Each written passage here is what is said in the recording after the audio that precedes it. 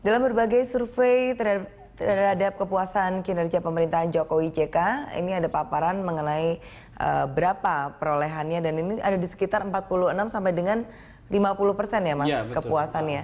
Beragam sih ya, tapi ya Iya, di angka kisarannya itu, kurang lebih kisarannya. seperti itu. Nah, ini public trust ini kan sebenarnya masih cukup berimbang.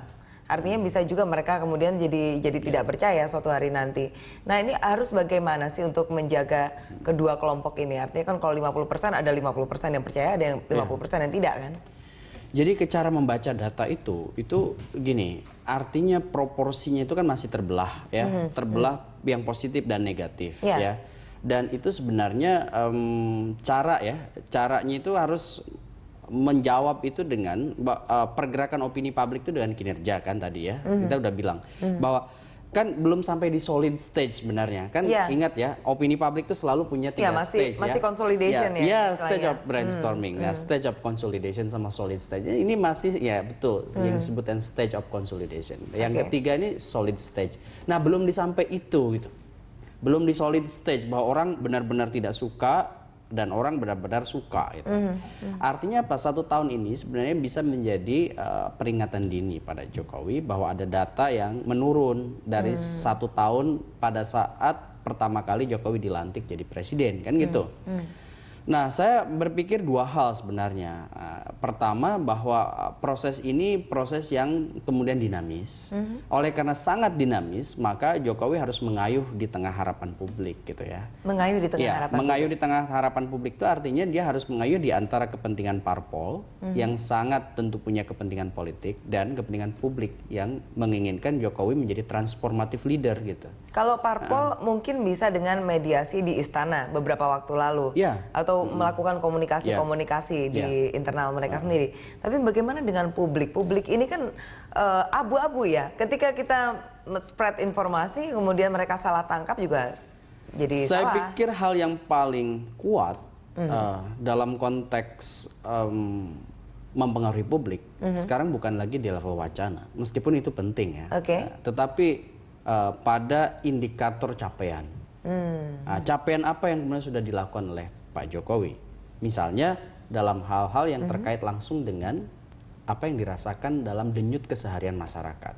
Mas. Itu yang menurut saya crucial pointnya, karena kalau tidak bisa menjawab itu, pelan tapi pasti akan terus menurun. Tapi kalau ada proses peningkatan perbaikan misalnya kesehatan, pendidikan, kesejahteraan, itu dengan sendirinya kok tanpa harus diminta, itu akan ada persepsi positif yang meningkat. Seperti Obama waktu periode kedua itu kan bahkan sampai pernah government shutdown. Tetapi kemudian dia bisa rebound ya kan, seiring dengan perbaikan-perbaikan yang ada di Amerika ya Mas. Betul. Mas, ini kita ada telepon dulu. Akmal dari Ternate. Halo, selamat pagi. Halo, selamat pagi. Assalamualaikum. Silakan Mas Akmal dengan komentar Anda, Mas.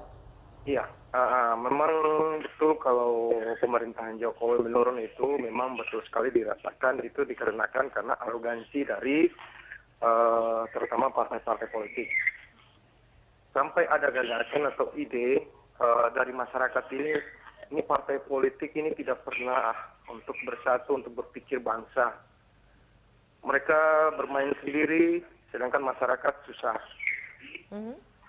Saya melihat misalnya kondisi sosial, dampak asap.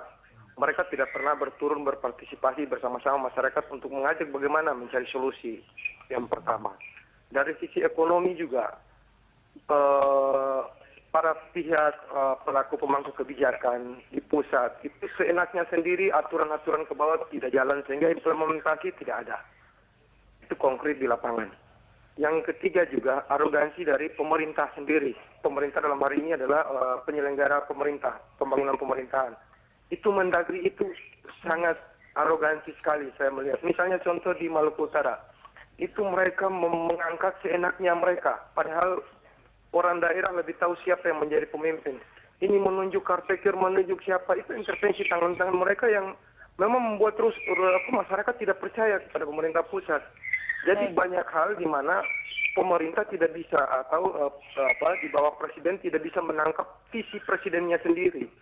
Sehingga kelemahan ini sendiri yang membuat arah pembangunan atau itu tidak bisa dilaksanakan dengan baik Saya kasih contoh, untuk menuntaskan persoalan asap saja, itu sebenarnya mereka harus mengadakan satu alat mesin pompa yang kuat yang berdaya tekanan tinggi, pengadaan selang itu untuk meminimalisir itu saya tidak ada yang saya lihat.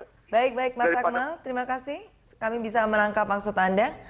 Ya, saya akan tanggapi gimana Mas Gun-Gun? Iya, saya tadi menangkap bahwa dalam konteks ritual organisasional ini yang menjadi problem kan. Misalnya komunikasi politik di pemerintahan pusat mungkin antar partai itu masih dibaca elitis, bahwa partai jalan dengan logikanya sendiri. Ya saya setuju sih, karena memang kerap kali begitu. Misalnya di tengah krisis kok mau naikin tunjangan, dana aspirasi, gedung baru gitu ya.